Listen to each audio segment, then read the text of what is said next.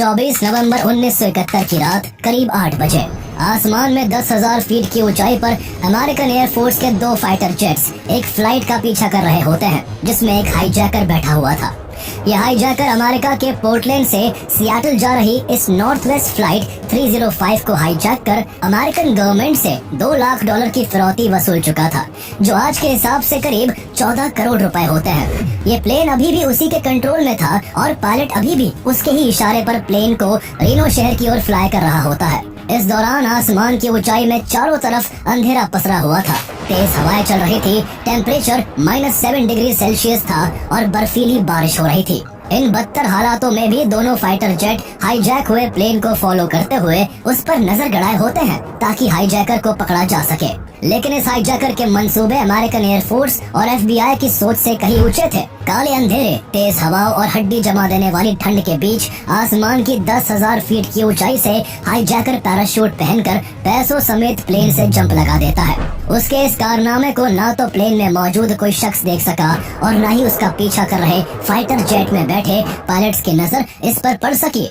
इसके बाद उस हाईजैकर को मानो जमीन खा गई या फिर आसमान निकल गया। उसका कोई नामो निशान नहीं मिल सका।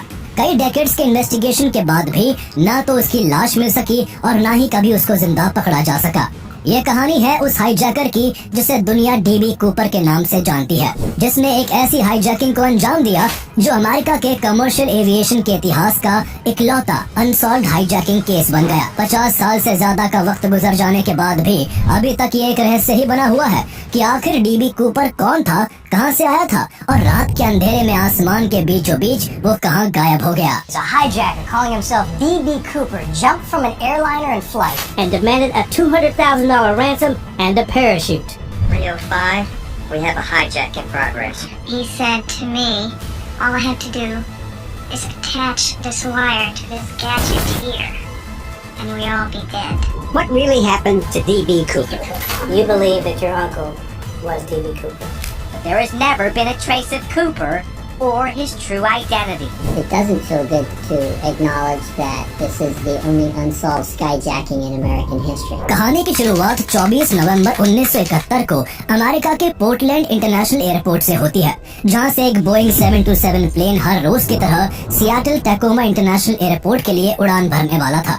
दोपहर करीब 2 बजे black business suit, white shirt, black tie और ब्लैक सनग्लासेस पहने हुए करीब 45 साल का शख्स एक ब्लैक ब्रीफकेस लेकर इस प्लेन से सियाटल जाने के लिए एयरपोर्ट में दाखिल होता है। ये शख्स अपना नाम डैन कूपर बताते हुए नॉर्थ वेस्ट ओरिएंट एयरलाइंस के काउंटर से $20 पे करके सियाटल के लिए एक 1 वे टिकट लेता है और बोर्डिंग गेट की तरफ बढ़ जाता है। 1970s के उस दौर में डोमेस्टिक फ्लाइट्स के लिए ना तो पैसेंजर्स की कोई सिक्योरिटी चेकिंग होती थी और ना ही किसी का आइडेंटिटी वेरिफिकेशन होता था। सिर्फ एक फ्लाइट टिकट खरीद कर कोई भी पैसेंजर किसी भी नाम से ट्रैवल कर सकता था। इसलिए ना तो डैन कूपर की आइडेंटिटी को वेरीफाई किया गया और ना ही उसका ब्रीफकेस चेक हुआ और वो फ्लाइट 305 में सवार हो गया। दोपहर 2:50 पर फ्लाइट 305 उड़ान भरती है, जिसकी कमान को विलियम ए स्कॉट ने संभाला हुआ था। इस प्लेन में टोटल 37 पैसेंजर्स और 6 क्रू मेंबर्स थे। ये अमेरिका की एक बहुत ही शॉर्ट रूट फ्लाइट थी जिसे पोर्टलैंड से सियाटल पहुंचने में नॉर्मली आधा घंटा लगता था। लेकिन इस फ्लाइट को इस दिन अपनी डेस्टिनेशन तक पहुंचने में कुछ वक्त की देरी होने वाली थी और इस बीच कुछ ऐसा होने वाला था जो हमेशा हमेशा के लिए इतिहास के पन्नों में अपने लिए जगह बना लेता है। फ्लाइट के टेक ऑफ करने के बाद जहां सभी पैसेंजर्स अपनी अपनी धुन में खोए हुए थे, तो वही डैन कूपर लास्ट रो में 18C सीट पर बैठा हुआ सिगरेट और बर्बन एंड सोडा का लुत्फ ले रहा होता है। 1970s में फ्लाइट ट्रैवलिंग के कायदे और कानून आज से काफी अलग थे। उस समय फ्लाइट में स्मोकिंग करना अलाउड था। अच्छे से सेटल होने के बाद कूपर ने थोड़ी ही दूरी पर बैठी फ्लाइट अटेंडेंट फ्लोरेंस शैफनर को एक नोट पकड़ा दिया। फ्लाइट अटेंडेंट शैफनर को लगा कि वो उसके साथ फ्लर्ट कर रहा है, इसलिए उसने एक फॉर्मल स्माइल के साथ उस नोट को बिना पढ़े ही अपनी पॉकेट में रख लिया। कुछ देर तक जब कूपर को शैफनर की तरफ से नोट को लेकर कोई रिएक्शन नहीं मिला, तो उसने उसे अपने पास से गुजरते हुए रोककर फुसफुसाते हुए कहा, मिस, आपको ये नोट पढ़ लेना चाहिए, मेरे पास बॉम्ब है। शैफनर को अभी भी ये कोई मजाक ही लगा, पर जब उसने नोट को खोलकर पढ़ा तो उसके चेहरे की हवाएं उड़ गई। उस पर लिखा हुआ था कि miss, I have a bomb in my briefcase and want you to sit by me. Schaffner ने ये पढ़कर कूपर की ओर देखा, जो अपने ब्रीफकेस की तरफ इशारा करते हुए उसे बताता है कि उसके इसी ब्रीफकेस में बॉम्ब है। चंद सेकंड्स के इस वाकये ने शेफनर के होश उड़ाकर रख दिए। उसने घबराते हुए तुरंत अपनी कोवर्कर टीना मकलो को पास बुलाकर सब कुछ बताते हुए वो नोट पकड़ा दिया। टीना मकलो भी उस नोट में लिखी बात को पढ़ के डर चुकी थी, लेकिन उसने हिम्मत करके कूपर से पूछा कि कहीं वो मजाक तो नहीं कर रहा। इसके जवाब में अगले ही पल कूपर ने उन दोनों फ्लाइट अटेंडेंट्स को ब्रीफ केस खोल कर दिखाया, जिसमें डायनामाइट की 8 रेड स्टिक्स टेप्स के बंडल में बंधी हुई थी, जिससे एक बैटरी और बहुत सारे वायर्स जुड़े हुए थे। ये देखकर शेफनर और टीना मकलो के डर का कोई ठिकाना नहीं रहा। उन दोनों की घबराहट को और बढ़ाते हुए कूपर ने 2 तारों को अपने हाथ में पकड़कर उनसे कहा कि ये प्लेन अब हाईजैक हो चुका है और वो जब चाहे इस प्लेन को विस्फोट कर उड़ा सकता है। यहाँ से कूपर की हाइस्ट शुरू हो चुकी थी। वो ब्रीफकेस बंद करता है और शेफनर से अपनी डिमांड्स लिखवाता है। कूपर शाम 5 बजे तक 2 लाख अमेरिकी डॉलर्स, 2 बैक और 2 फ्रंट पैराशूट्स चाहता था। साथ ही उसकी मांग थी कि जब प्लेन सियाटल एयरपोर्ट पर लैंड करे तब उसे रिफ्यूल करने के लिए एक फ्यूल ट्रक पहले से ही वहाँ तैयार होना चाहिए। उसने अपनी डिमांड्स की लिस्ट को पायलट तक पहुंचाने के लिए शेफनर को इस वार्निंग के साथ भेजा कि अगर उसकी डिमांड्स को पूरा नहीं किया गया या उसके साथ कोई चालाकी की गई तो वो बॉम्ब ब्लास्ट कर देगा। घबराई हुई शेफनर कॉकपिट में जाती है और पायलट विलियम स्कॉट और क्रू को सारी बात बता देती है।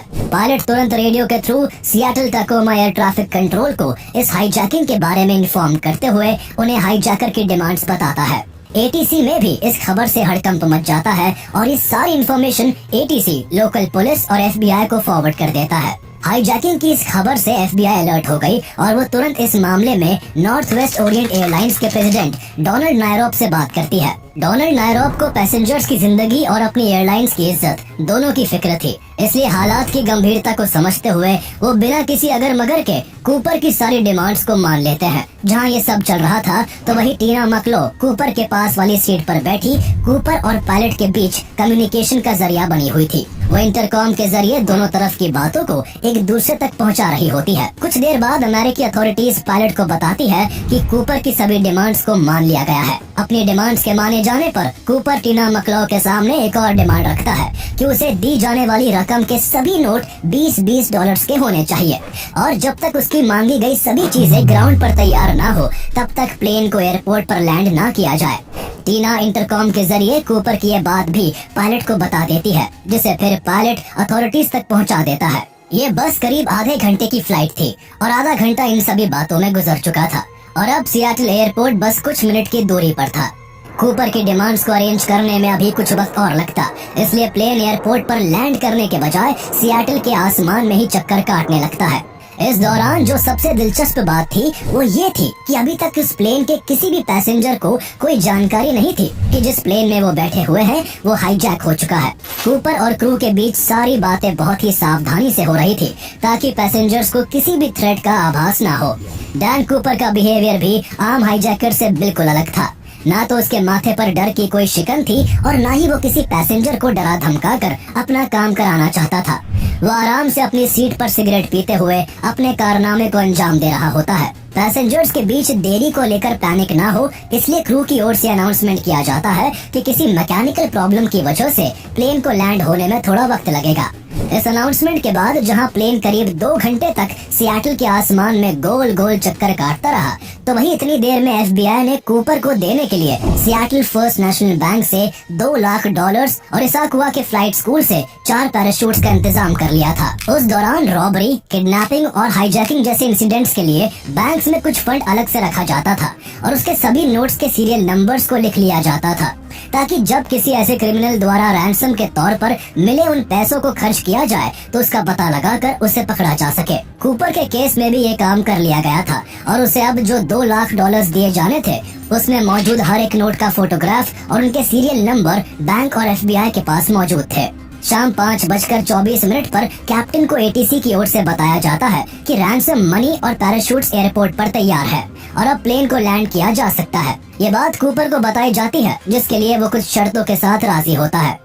वो पास बैठी टीना मकलो के थ्रू पायलट को कहता है कि प्लेन को मेन टर्मिनल से दूर किसी कम रोशनी वाले रनवे पर लैंड किया जाए और प्लेन के पास मनी और पैराशूट्स को किसी अकेले इंसान द्वारा लाया जाए। इसके अलावा वो प्लेन के अंदर की लाइट्स को डिम करने और उसकी सभी विंडोज को बंद करने का ऑर्डर भी देता है ताकि प्लेन के अंदर की मूवमेंट और कूपर की पहचान के बारे में एफबीआई को पता न लग सके। कूपर की बताई सभी बातों को फॉलो करते हुए फ्लाइट 305 शाम 5:46 पर सियाटल टैकोमा एयरपोर्ट पर लैंड कर जाती है। फ्लाइट के लैंड करने के तुरंत बाद एक एयरपोर्ट एम्प्लॉय $2 लाख और 4 पैराशूट्स के साथ उस बोइंग 727 प्लेन के पीछे वाले गेट पर पहुंचता है। उस वक्त बोइंग 727 उन कमर्शियल प्लेन्स में से एक था जिसके गेट पीछे की साइड से भी खुलते थे और जहां से उतरने और चढ़ने के लिए सीढ़ी भी लगी होती थी। इस प्लेन की इसी खास बात की वजह से कूपर ने हाईजैकिंग के लिए इसे चुना था। कूपर के आदेश पर टीना मकलो पीछे वाले गेट से प्लेन के बाहर आती है और वहां से $2 लाख से भरा एक बैग और 4 पैराशूट्स को कलेक्ट करती है और कूपर को सौंप देती है। कूपर की डिमांड्स के पूरा होने पर सभी 36 पैसेंजर्स और 2 क्रू मेंबर्स को छोड़ दिया जाता है।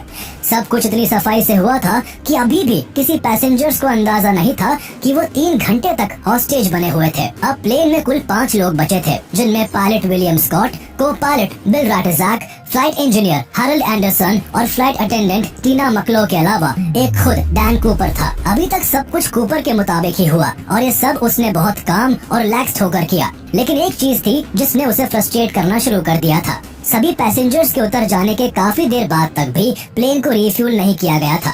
ये देरी फ्यूल ट्रक में प्रॉब्लम आ जाने की वजह से हो रही थी, लेकिन कूपर को इस तरह एयरपोर्ट पर एक एक पल भारी गुजर रहा होता है। उसे शक था कि FBI उसके साथ कहीं कोई खेल ना खेल रही हो, इसलिए बहुत शांत स्वभाव और जेंटलमैन की तरह पेश आने वाला कूपर भी अब फ्रस्ट्रेट होकर क्रू को जल्दी से रिफ्यूलिंग के लिए धमकाने लगता है। अथॉरिटीज को अब तक कूपर की हर एक मूव से ये तो अंदाजा हो चुका था कि वो एक बहुत शातिर इंसान है, जिसे चकमा देना बिल्कुल भी आसान नहीं, क्योंकि कूपर ने जिस तरह एक की जगह 4 पैराशूट्स मंगाए थे वो एक बहुत ही समझदारी भरी चाल थी। उसके 4 पैराशूट्स मांगने से FBI को ये लगा कि वो अपने साथ किसी क्रू मेंबर या पैसेंजर को लेकर भी कूद सकता है, इसलिए FBI सिविलियंस की जान को रिस्क में डालकर उसे खराब पैराशूट देने की चालाकी नहीं कर सकती थी। कूपर के शातिर दिमाग से ना उलझते हुए फौरन 3 फ्यूल ट्रक्स प्लेन को रिफ्यूल करने के लिए लगा दिए गए।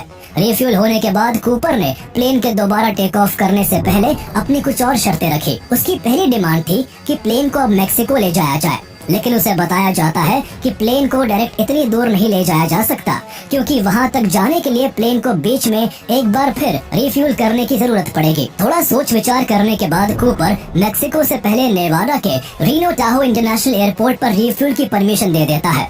कूपर की दूसरी डिमांड ये थी कि प्लेन के पीछे की सीढ़ियों को हर वक्त खुला रखा जाए, लेकिन खुली सीढ़ियों के साथ टेक ऑफ करना रिस्की था, इसलिए उससे कहा जाता है कि टेक ऑफ करने के बाद प्लेन जब हवा में होगा तब उसके कहने पर पीछे की सीढ़ियों को खोल दिया जाएगा। कूपर इसके लिए भी मान जाता है और अपनी अगली डिमांड्स रखते हुए प्लेन को 10,000 फीट के ऑल्टीट्यूड से भी नीचे रखने और 150 नॉट से भी कम स्पीड से उड़ाने का ऑर्डर देता है। साथ ही वो प्लेन के फ्लैप्स को 15 डिग्री तक झुकाए रखने और लैंडिंग गियर्स को खुला रखने की मांग भी करता है। उसकी इन सभी डिमांड्स को मान लिया गया और फ्लाइट 305 शाम 7:40 पर एक बार फिर हवा में उड़ान भरती है। कूपर की इतनी कैलकुलेशंस को देखकर FBI भी हैरान थी। यह हाईजैकर न सिर्फ सभ्य था जिसने पूरे सफर के दौरान किसी को मारना पीटना तो दूर, किसी से बदतमीजी तक नहीं की थी, बल्कि वो एक समझदार और शातिर क्रिमिनल भी था जो अपनी पूरी तैयारी के साथ अपने मिशन के लिए आया था। लेकिन FBI हाथ पर हाथ रखे नहीं बैठ सकती थी, इसलिए जब फ्लाइट 305 कूपर के इंस्ट्रक्शंस के साथ विक्टर 23 नाम के एक लो ऑल्टीट्यूड रूट पर फ्लाई करते हुए रीनो की तरफ बढ़ने लगी, तभी उसको इंटरसेप्ट करने के लिए मैकॉर्ड एयरफोर्स बेस से 2 F-106 फाइटर जेट्स को उसके पीछे लगा दिया गया। लेकिन ये फाइटर जेट्स बहुत ही हाई स्पीड पर उड़ान भरने के लिए बने थे। ऐसे में जब खुद बोइंग 727 150 नॉट्स की स्पीड से चल रहा था, तो उसके पीछे बने रहने के लिए दोनों फाइटर जेट्स को इससे भी कम स्पीड से चलने की जरूरत थी। इस मुश्किल का हल निकालते हुए दोनों जेट्स एस टर्न्स की सीरीज बनाते हुए फ्लाइट का पीछा करने लगे। इसके अलावा एक T-33 ट्रेनर जेट भी इस काम के लिए भेज दिया गया, जो कम रफ्तार के साथ फ्लाइट के पीछे बना रह सकता था। लेकिन ये दिन कुछ अलग था, ये इंसिडेंट कुछ खास था। इस दौरान कुछ भी नॉर्मल होना मानो एक चमत्कार होने वाली बात थी। शाम ढल चुकी थी और रात के अंधेरे ने पूरी फिजाओं को घेर लिया था। आसमान में चांद भी बस नाम के लिए था, जिसको बादलों ने पूरी तरह से ढक रखा था, जिस कारण नाम मात्र की रोशनी थी।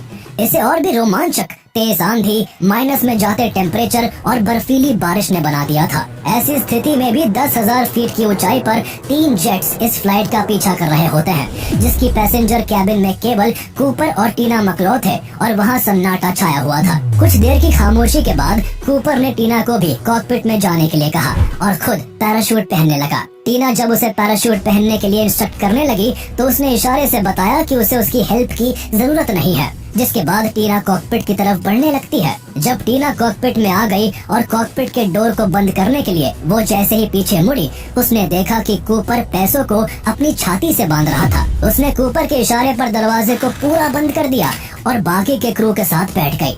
इसके कुछ देर बाद रात के करीब 8 बजे कॉकपिट में एक वार्निंग लाइट जलती है, जो इस बात का इशारा थी कि प्लेन के पीछे की सीढ़ियों को खोल दिया गया है। पायलट ने इंटरकॉम के जरिए कूपर से पूछा कि क्या उसकी मदद के लिए किसी को भेजा जाए, जिसके जवाब में कूपर सिर्फ गुस्सा करता है।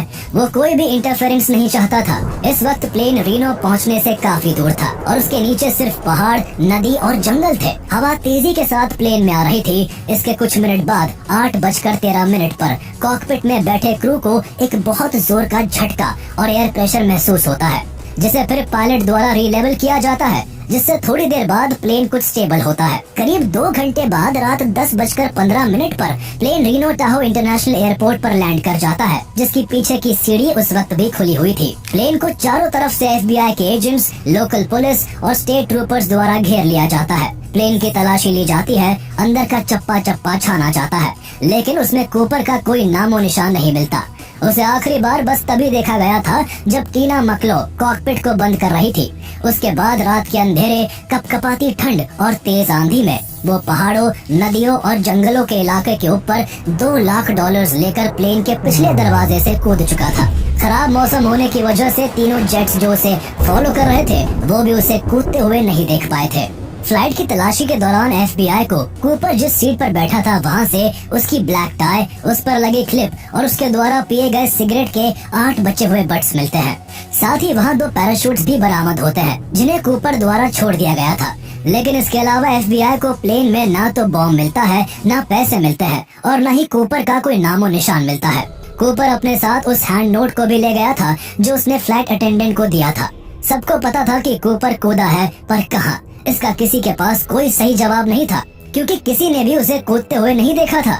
लेकिन इस मामले में फ्लाइट का क्रू एक इम्पोर्टेंट इन्फॉर्मेशन देता है कि विक्टर 23 के रूट से गुजरते समय रात 8:13 पर प्लेन में एक जोर का झटका महसूस किया गया था। कूपर ने तभी छलांग लगाई होगी, ये सोचकर यहाँ की टाइमिंग और लोकेशन को पायलट ने नोट डाउन कर लिया था। इस रूट और टाइमिंग के हिसाब से कूपर वॉशिंगटन स्टेट के साउथ वेस्ट एरिया में पोर्टलैंड से लगभग 50 किलोमीटर दूर कोलंबिया और लुइस रिवर के पास जंगल और पहाड़ियों से घिरे इलाकों में कूदा था।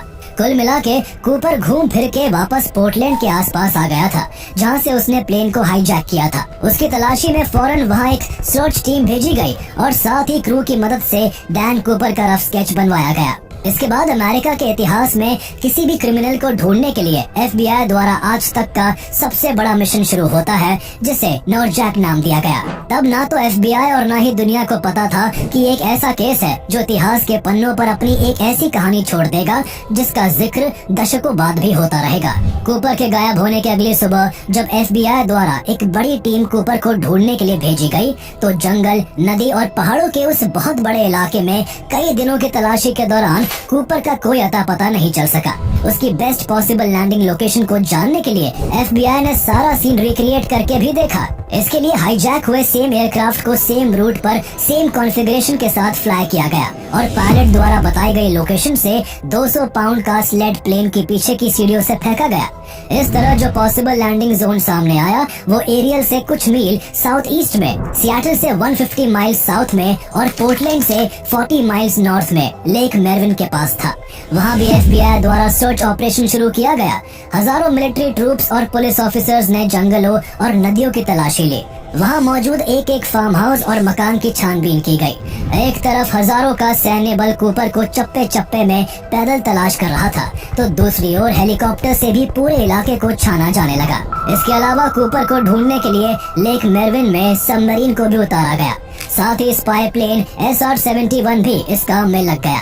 लेकिन बहुत लंबे समय की छानबीन के बाद भी हर तरकीब नाकाम ही साबित हुई। ना तो कूपर की लाश मिली और ना उसे जिंदा पकड़ा जा सका, ना ही उसके द्वारा इस्तेमाल किए गए पैराशूट मिले और ना ही $2 लाख का कुछ पता चल सका। जहां एफबीआई का इस केस को लेकर फ्रस्ट्रेशन बढ़ता जा रहा था, तो वहीं दूसरी तरफ मीडिया और पब्लिक का इसको लेकर फैसिनेशन आसमान छूने लगा था। हर कोई जानना चाहता था कि आखिर वो रहस्यमय इंसान कौन था, वो कहाँ का रहने वाला था और आखिर आसमान में अंधेरे के बीच वो कहाँ लापता हो गया। इस केस को लेकर लोगों के बीच किस कदर क्रेज था, इसका अंदाजा इस बात से लगाया जा सकता है कि जब ये हाईजैकिंग हुई तब जल्दी में एक रिपोर्टर ने न्यूज़पेपर में उसका नाम गलती से डैन कूपर की जगह डीबी कूपर लिख दिया। इसके बाद आगे और भी कई पब्लिकेशन हाउसेज ने भी इसी नाम का इस्तेमाल किया। तब से नाम दुनिया में किसी जंगल में आग की तरह फैल गया और इस तरह उस मिस्टीरियस हाईजैकर का नाम ही बदल गया। हालांकि डैन कूपर जो उसने टिकट में नाम लिखवाया था वो भी एक फेक नेम ही था,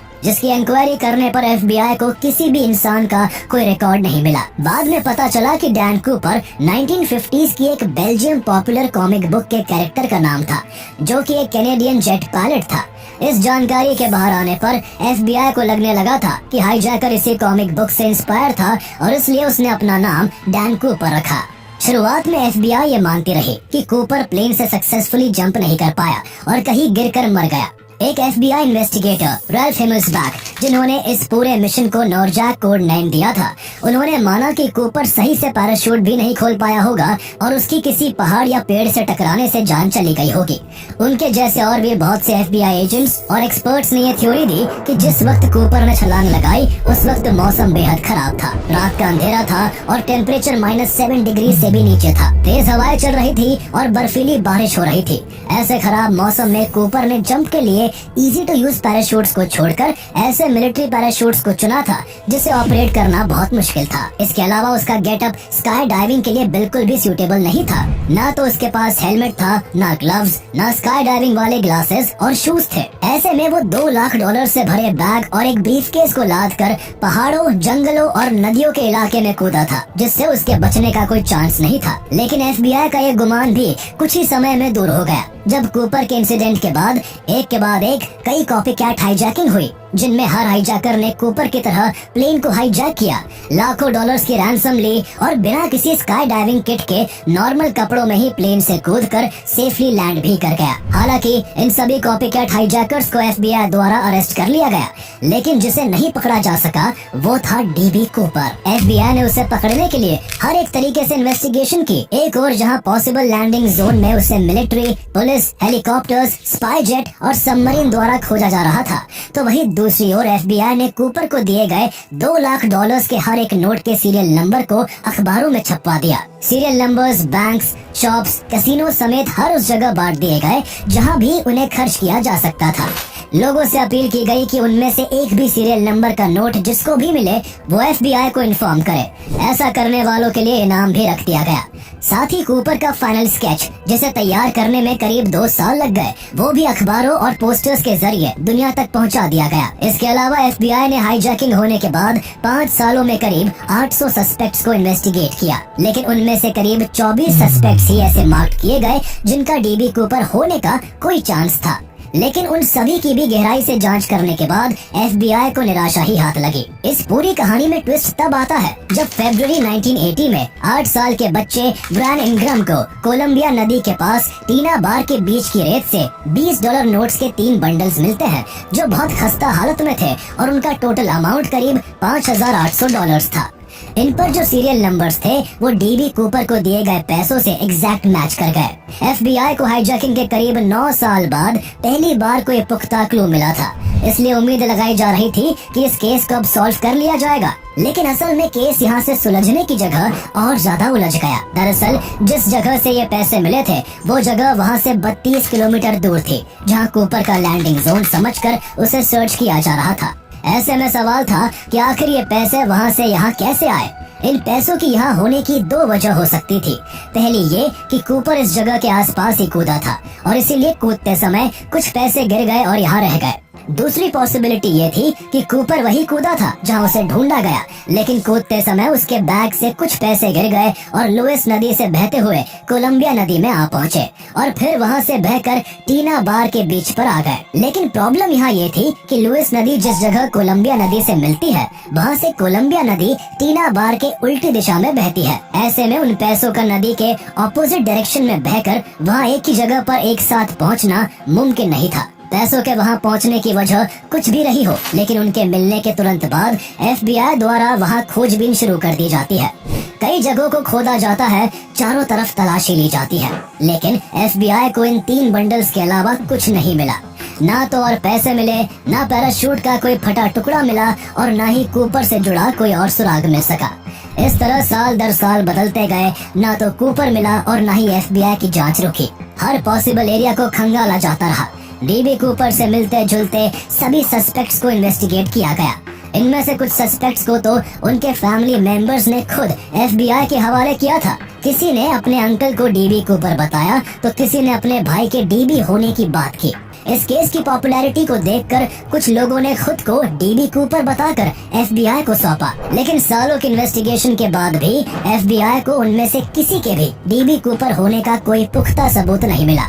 देखते देखते साल दशकों में बदल गए और 2011 आ गया। इन 40 सालों के दौरान FBI ने करीब 1000 सस्पेक्ट्स को डीपली इन्वेस्टिगेट किया। इस दौरान तक इस केस की इतनी फाइल्स बन गई थी कि अगर उन्हें एक के ऊपर एक रखा जाता तो उनकी ऊंचाई करीब 40 फीट तक हो जाती। FBI द्वारा टारगेट किए गए सस्पेक्ट्स में most important suspect Richard Floyd McCoy था, जिसने कूपर की हाईजैकिंग के करीब 4 महीने बाद 1972 में सेम कंपनी के प्लेन को सेम तरीके से हाईजैक किया था। उसने $5 लाख की रैंसम वसूल कर कूपर की तरह ही प्लेन से छलांग लगा दी थी। हालांकि उसे 5 दिन बाद ही पकड़ लिया गया, लेकिन जब उसकी जांच पड़ताल की गई तो वो असली कूपर नहीं था। वह महज 29 साल का था, जबकि कूपर की उम्र 45 के करीब थी। इसलिए उसकी उम्र और फ्लाइट अटेंडेंट्स के डिस्क्रिप्शन के चलते उसे कूपर होने की लिस्ट से अलग कर दिया गया। बाद में जेल से भागने के दौरान उसको पुलिस ने शूट कर मार डाला। ऐसा ही एक इंटरेस्टिंग केस 1995 में देखने को मिला, जब जेओ नाम की एक लेडी FBI को बताती है कि उसके पति ड्वेन वेबर ने मरते समय उसे बताया कि वो ही असली डीबी कूपर है। जेओ ने बताया कि 1979 में वो और उसका पति एक ट्रिप पर थे। जब एक जंगल से गुजरते हुए उसने उससे कहा कि कूपर यहाँ से ही निकलकर फरार हुआ था और कुछ दूर ड्राइव करके उसने कोलंबिया नदी के पास कार रोककर अपनी पत्नी को वहीं ठहरने के लिए कहा और खुद कुछ देर के लिए गायब हो गया। ये वही जगह के आसपास की बात थी जहाँ से ब्रायन इनग्राम नाम के बच्चे को पैसे मिले थे। जेओ के हिसाब से उसके पति ने ही उन पैसों को वहाँ गाड़ा था, लेकिन जेओ अपने जिस मरे हुए पति ड्वेन वेबर को डीबी कूपर बता रही थी वो एक क्रिमिनल जरूर था, लेकिन कूपर का DNA उससे मैच नहीं हो सका, जिस वजह से वो भी असली डीबी कूपर नहीं था। डीबी कूपर ने जंप के लिए जिस तरह मिलिट्री पैराशूट को चुना था और जिस तरह बोइंग 727 के बारे में उसकी अच्छी अंडरस्टैंडिंग थी, इससे एक्सपर्ट्स का ये भी मानना था कि डीबी कूपर कोई मिलिट्री से जुड़ा शख्स था जिसे मिलिट्री पैराशूट से स्काई डाइविंग का एक्सपीरियंस था। इन्हीं सब आधारों पर एक और शख्स के डीबी कूपर होने की बात सामने आई, जिसका नाम केनेथ क्रिश्चियनसन होता है। ये शख्स नॉर्थ वेस्ट ओरिएंट एयरलाइंस के लिए काम कर चुका था और एक पैराट्रूपर भी रह चुका था, जिसे मिलिट्री पैराशूट्स का बहुत एक्सपीरियंस था। जहाँ हाईजैकिंग हुई ये उसी इलाके में रहता था और जो बात उसके डीबी कूपर होने को सबसे ज्यादा हाईलाइट करती थी वो ये थी कि उसकी शक्ल डीबी कूपर से काफी मिलती जुलती थी और उसका नेचर भी कूपर की तरह ही काम था। साथ ही उसे सिगरेट और बर्बन ड्रिंक का शौक था। हाईजैकिंग के 1 साल बाद ही उसने अपनी कमाई की हैसियत के मुकाबले एक बहुत बड़ा घर लिया था। उसके भाई को उसका लिखा हुआ एक नोट भी मिला, जिसमें उसने किसी हॉलीवुड डायरेक्टर से अपने ऊपर एक मूवी बनाने की बात की थी। उसने मरने से पहले अपने भाई से कहा था कि एक राज है जो उसे जानना चाहिए, पर वो उसे बताएगा नहीं। डीबी कूपर का ये एक परफेक्ट मैच सा लगता है, लेकिन ये सब बातें उसके मरने के कई साल बाद उसके भाई द्वारा बाहर आ सकी। साथ ही इन सभी बातों को महज इत्तेफाक बताते हुए FBI ने केनेथ क्रिश्चियनसन को भी डीबी कूपर कंसिडर नहीं किया। उसके अलावा और भी कई इंपॉर्टेंट सस्पेक्ट्स को डीबी कूपर से जोड़ा गया, लेकिन जांच में कोई भी डीबी कूपर साबित नहीं हो सका। इस तरह 45 सालों तक हजारों सस्पेक्ट्स को इन्वेस्टिगेट और कई जगहों को खंगालने के बाद भी डीबी कूपर का कोई अता पता नहीं चल सका। उसकी सीट से जो सिगरेट बट्स मिली थी वो बाद के सालों में मिस्टीरियस तरीके से गायब हो गई और उसकी टाई से मिले क्लू भी उसे ढूंढने के कुछ काम नहीं आ सके। ये केस जहां दुनिया के लिए रहस्यों से भरा एक किस्सा बना होता है तो वही FBI के लिए सरदर्द बन चुका था। इसलिए जुलाई 2016 में FBI ने थक हार कर इस केस को बंद कर दिया। लेकिन DB कूपर का केस इतना ज्यादा पॉपुलर है कि अभी भी कई इंडिपेंडेंट इन्वेस्टिगेटर्स DB कूपर की गुत्थी को सुलझाने में अपनी किस्मत को आजमा रहे हैं। वही DB कूपर ने अमेरिका में अपनी एक फैन फॉलोइंग बना ली थी और कई लोगों का वो हीरो बन चुका होता है। लोगों का मानना था कि जिस तरह कूपर बड़ी ही सफाई से हाईजैकिंग को अंजाम देकर गायब हुआ और FBI को जिस तरह चकमा देता रहा वो काबिले तारीफ था। एरियल वॉशिंगटन जहां कूपर कूदा वहां से कुछ ही दूरी पर एक बार है जहां हर साल 24 नवंबर के दिन को DB कूपर डे के नाम से सेलिब्रेट किया जाता है और उसकी कामयाबी का जश्न मनाया जाता है। आज 50 से भी ज्यादा साल गुजर चुके हैं लेकिन अभी तक इस रहस्य का खुलासा नहीं हो सका कि आखिर ये DB कूपर कौन था, उसका असली नाम क्या था और वो कहां से आया था और रात के अंधेरे और तेज तूफान के बीच आसमान की 10,000 फीट की ऊंचाई से कूदकर वो हवा में कहां गायब हो गया।